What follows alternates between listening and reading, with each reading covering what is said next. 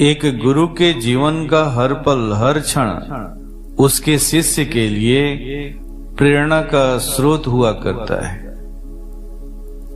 अगर शिष्य केवल गुरु के जीवन को पढ़ ले तो उसे किसी भी शास्त्र को पढ़ने की जरूरत नहीं है और न तो किसी विशेष ज्ञान की जरूरत है। गुरु तो एक मल्टीविटामिन है जिसके माध्यम से अगर शिष्य चाहे तो अपने जीवन के हर आवश्यकता की पूर्ति कर सकता है। अगर गुरु शरीर में नहीं भी है तो भी अगर शिष्य चाहे तो केवल गुरु के जीवन पर एक दृष्टि डाल दे तो उसे ये बात समझ में आ जाएगी कि कुमार्ग क्या है और सुमार्ग क्या है। शिष्य के हर समस्याओं का समाधान हो जाएगा, उसे जीने की राह मिल जाएगी। आज मैं आप सबों के सामने अपने परम आराध्य परम पूज्य गुरुदेव द्वारा लिखित एक प्रसंग की चर्चा करना चाहूंगा जो सतपथ पर चलने वाले साधकों के लिए परम आवश्यक है, परम आवश्यक है। परम पूज्य गुरु महाराज साहब कहते हैं कि जब वो सत्य के प्रचार प्रसार के लिए निकले तो उनका विरोध दो तरह से किया गया।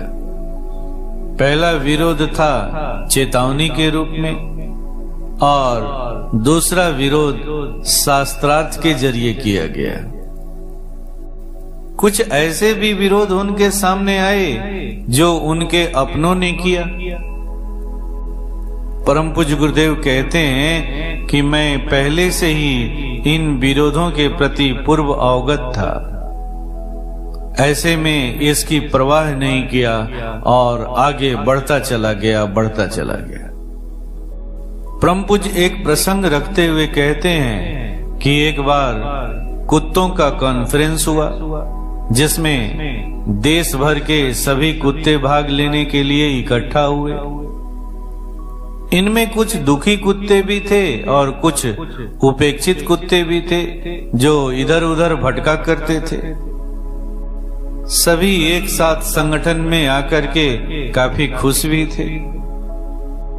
कुत्तों के हेड ने कॉन्फ्रेंस में इस बात का चर्चा किया कि हमारे दुखों का कारण है भूखमरी और इसी भूखमरी के कारण हम चोरी करते हैं, छीना झपटी करते हैं। हम लोगों में मेल मिलाप नहीं है, समझदारी नहीं है। यही कारण है कि हमारे दुश्मन अन्य बिरादरी वाले ही नहीं बल्कि हमारे अपने बिरादरी वाले ही हैं। आइए हम सबों को संकल्प लेना चाहिए कि आज के बाद हम चोरी नहीं करेंगे, आपस में लड़ेंगे नहीं। हम एकनिष्ठ होकर के अपने मालिक की वफादारी करेंगे। सभी कुत्ते इसके लिए सहमत हो गए। इन कुत्तों में से दो कुत्ते ऐसे भी थे जिन्होंने ऐसा संकल्प किया कि क्यों नहीं इस नए जीवन की शुरुआत हम लोग गंगा स्नान करके करें। अब वो गंगा स्नान के उद्देश्य से निकल पड़े। उन्हें ऐसा विश्वास था कि इस कॉन्फ्रेंस के बाद उन्हें अब रास्ते में कोई कठिनाई नहीं होगी। यात्रा के दौरान जब वे एक गांव से गुजर रहे थे तो अन्य कुत्तों ने वहां उन्हें घेर लिया। अपने क्षेत्र में प्रवेश करने पर आपत्ति जताने लगे। दोनों कुत्तों ने काफी अनुनय विनय किया, तब जाकर के गांव के कुत्तों का कुछ गुस्सा ठंडा हुआ। अब ये दोनों कुत्तों ने ऐसा निर्णय लिया कि अब वो किसी गांव में सीधे प्रवेश नहीं करेंगे बल्कि सीमा रेखा को पकड़ करके चलेंगे। लेकिन ऐसा करने के बावजूद भी उन दोनों कुत्तों को एक अन्य जगह बहुत सारे कुत्तों से भेंट हो गई। अब वे सारे कुत्ते इन दोनों कुत्तों से लड़ने के लिए उतारू हो गए। इन दोनों कुत्तों ने अपनी अपनी बात रखी, गंगा स्नान का जिक्र किया और अपने मकसद के बारे में उन्हें बताया। साथ ही साथ कॉन्फ्रेंस में होने वाले मीटिंग के बारे में भी बताया। उन्होंने यह बात भी याद दिलाया कि हम लोगों ने संकल्प लिया था कि आपस में झगड़ा लड़ाई नहीं करेंगे, लेकिन गांव के कुत्तों ने एक नहीं सुनी। उन लोगों ने मिलकर के इन दोनों कुत्तों को उठा पटक कर ही दिया। इस तरह से बेचारे ये दोनों कुत्ते बुरी तरह से लहूलुहान हो गए। अब इन दो कुत्तों में एक कुत्ता अपना हिम्मत हारने लगा, लेकिन जो दूसरा कुत्ता था वो बड़ा ही साहसी था। वो हमेशा उत्साहवर्धन किया करता था। अब ये दोनों कुत्ते किसी तरह से आगे बढ़े तो आगे जाकर के उन्हें एक और अन्य जमात से भेंट हो गई। वहां पर बहुत सारे कुत्ते एक मृत पशु के मांस को खा रहे थे। अब इन दो कुत्तों को आता हुआ देख करके वो सारे कुत्ते परेशान होने लगे। उनके अंदर में ये भाव पैदा हुआ कि अब इन दो कुत्तों को भी इसमें से हिस्सा देना पड़ेगा।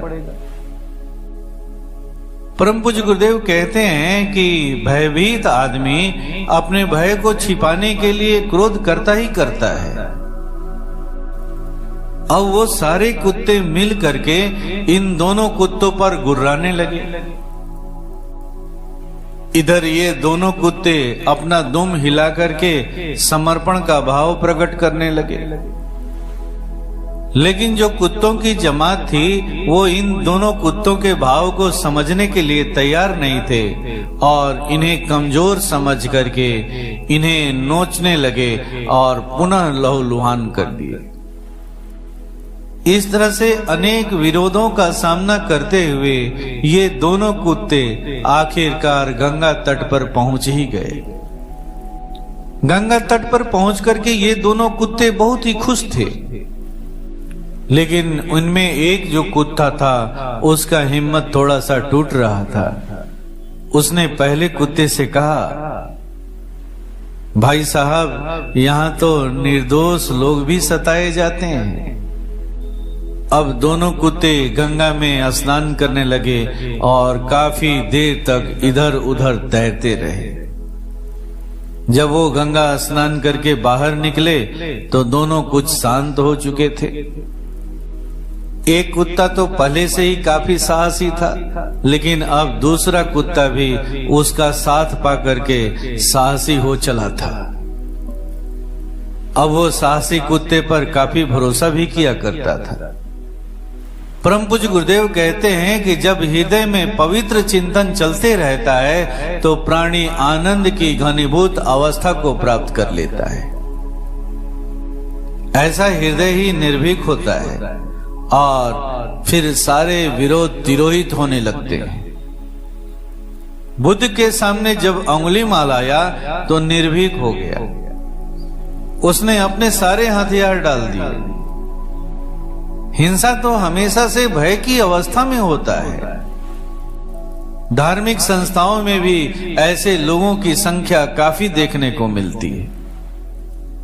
ऐसे लोग अपने भय रूपी नासूर को छिपाने के लिए कैंसर को जन्म दे देते हैं। कैंसर को अब इस कैंसर को मिटाने के लिए कोई मार्ग नहीं रह जाता है।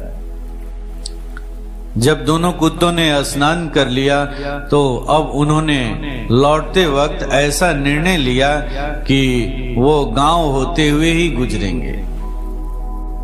रास्ते में पहला गांव आया। पहले गांव के दरवाजे पर ही उन्हें घर के मालिक से भेंट हो गई। घर का मालिक अपने घर में चल रहे कर्मकांड की वजह से कुत्तों को खिलाने के लिए भोजन लेकर के खड़ा था। दोनों कुत्ते भोजन करके तृप्त हो गए। कहते हैं ना, जा पर कृपा प्रभु की होई, ता पर कृपा करे सब कोई। जिस पर प्रभु की कृपा होती है ना, उस पर सभी कृपा करने लगते हैं। अब भोजन वगैरह करके कुत्ते आगे बढ़ने लगे। आगे उन्होंने दूसरे गांव में प्रवेश किया। अब वहां भी गांव के अन्य कुत्तों से उनका आमना सामना हुआ, लेकिन कोई लड़ाई नहीं हुई। कुत्ते अब निर्भीक अवस्था को प्राप्त कर चुके थे। अब वो न तो आक्रमण करने के मूड में थे, न आत्मसमर्पण करने के मूड में थे। इस तरह से आगे रास्ते में बहुत सारी अड़चनें भी आईं, झगड़ों की नौबत भी आई, लेकिन मामला सुलझता चला गया। लेकिन इस बार एक विशेष बात यह थी कि उन्हें अपने आत्मरक्षा के लिए किसी से भी सफाई देने की जरूरत नहीं थी और न तो किसी प्रकार का अनुरोध ही करना पड़ा। परम पूज्य गुरुदेव कहते हैं कि प्राणी जब आंतरिक शक्ति के साथ संबंध स्थापित कर लेता है तो ऐसा ही होता है।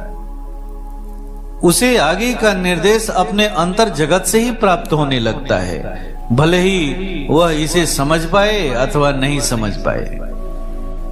ऐसा प्राणी जहां रहता है वह जगह पवित्र हो जाता है, ठीक उस तुलसी के पौधे की तरह जो रात दिन प्राण वायु का संचार करता है। अगर ऐसा प्राणी किसी को याद भी कर ले तो उसकी याद से उस व्यक्ति के सारे विकार दूर हो जाते हैं। इस तरह से दोनों कुत्तों में जो पहला कुत्ता था वो घूमते घुमाते एक दिन किसी आश्रम में पहुंच गया। आश्रम के बाबा की दृष्टि उस पर पड़ गई, उन्हें वो भाग गया। अब वह वहीं आश्रम पर रह करके आश्रम की देखभाल करने लगा। अब वहां जो भी प्रसाद चढ़ाया जाता उसे ही वह ग्रहण करता। बाबा जब ध्यान में बैठते तो वो नीचे बैठता। ध्यान की अवधि जब लंबी होने लगती तो वह ऊपर तल्ले पर जा पहुंचता और जहां बाबा बैठा करते थे वहीं से जाकर के ध्यान को तुड़वाया भी करता। परम पूज्य गुरु महाराज साहब इस प्रसंग को रखते हुए कहते हैं कि यात्रा चाहे लौकिक जगत की हो या पारलौकिक जगत की हो, बिरादरी का विरोध सदा सदा से दृष्टिगत होते रहा है और आगे भी होता रहेगा। महाभारत में भी तो ऐसा ही होता है। अर्जुन अपना हथियार डाल देता है, लेकिन उसके गुरु भगवान कृष्ण उसके कर्तव्य का बोध कराते हैं और उसे आगे बढ़ने के लिए प्रेरित करते हैं। इस तरह से वह भी कुत्तों की तरह विरोध सहन करते हुए अपने लक्ष्य को प्राप्त कर लेता है।